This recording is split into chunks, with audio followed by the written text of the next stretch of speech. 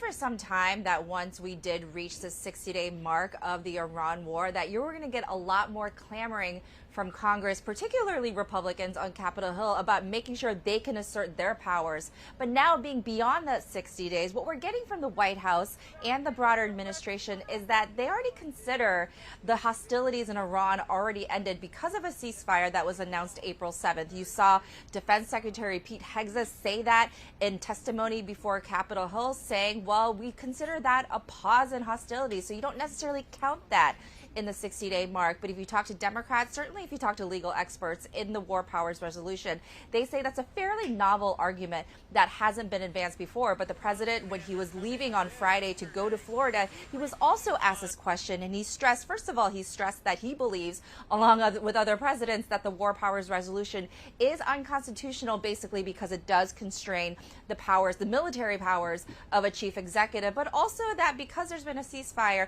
there's been some time. So we're not going to see immediate action from Capitol Hill because lawmakers are in a recess. They will convene later in May, and it's a question of what we start to see once Congress convenes, because like we've said, you can push votes, particularly in the Senate, on approving the war in Iran. And you've seen Democrats do this multiple times, but now that these hostilities have been going on, despite the administration's interpretations since February 28th, there is going to be a point where at least some Republicans are going to get skeptical and really want to assert their congressional powers in a state of war.